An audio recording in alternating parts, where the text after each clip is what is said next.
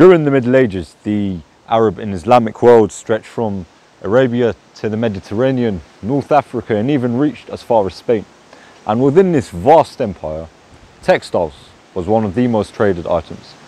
In general, textile processing and production formed the bulk of the Islamic Middle Eastern economy.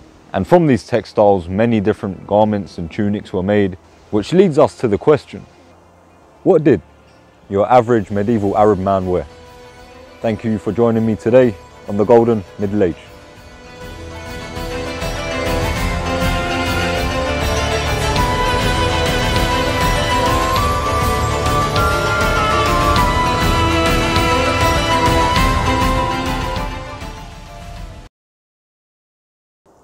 When looking at how Arab men used to dress in the medieval times, you can see that the style remained remarkably constant throughout the centuries.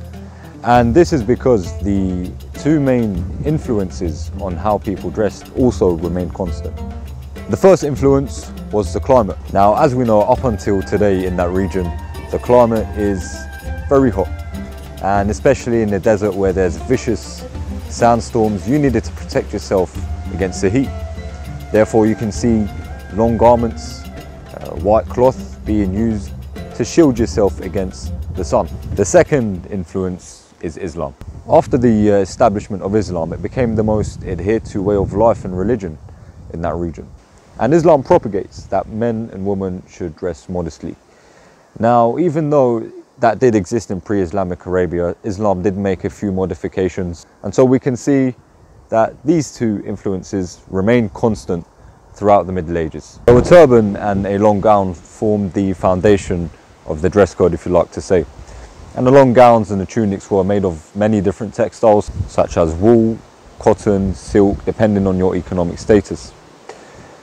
Damask and muslin were also present and very popular during that time. Interestingly enough, we can see the influence of the Arab world on textiles, such as damask and muslin. Damask is a fabric which is reversible, and it takes its name from the capital of modern-day Syria, Damascus, which was a vital trading port and was part of the Silk Road. Muslin was also very popular, and that takes its name from Mosul, which is a modern-day city in Iraq. So from these two specific materials and fabrics, we can see the influence the Arab world had on textiles.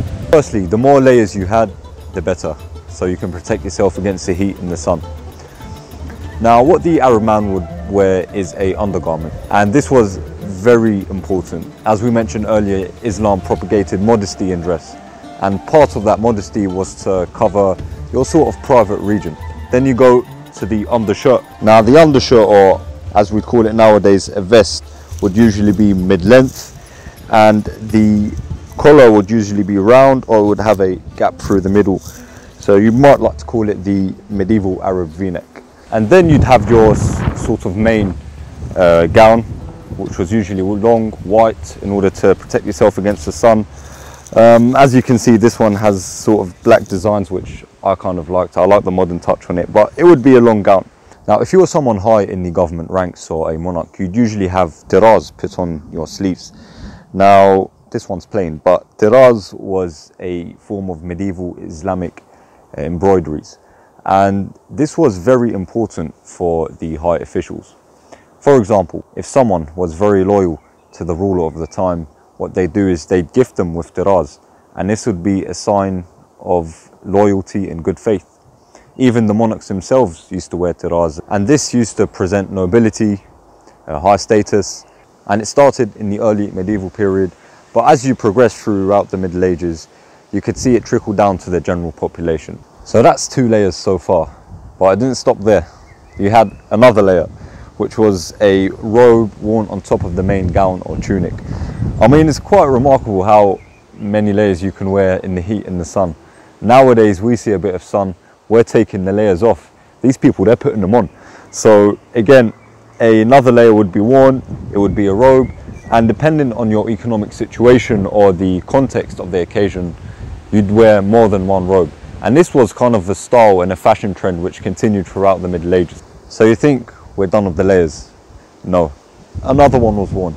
But this one didn't really cover the whole body. It was more of like a cloth which you would put on your shoulders or on your head. and it would be used to protect you against the sun or sandstorms, to use as a mask if you're in the desert, or even be used as a blanket. And finally, you had a turban.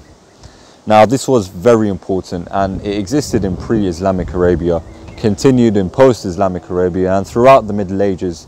And a turban indicated many different things. So the different styles you had, the different ways you'd wind it on your head, used to tell people what your position in society was, or what group or what tribe you belong to. And hopefully we can get into that in future videos. So now we've pretty much covered everything, and without much ado, let's roll back the ears.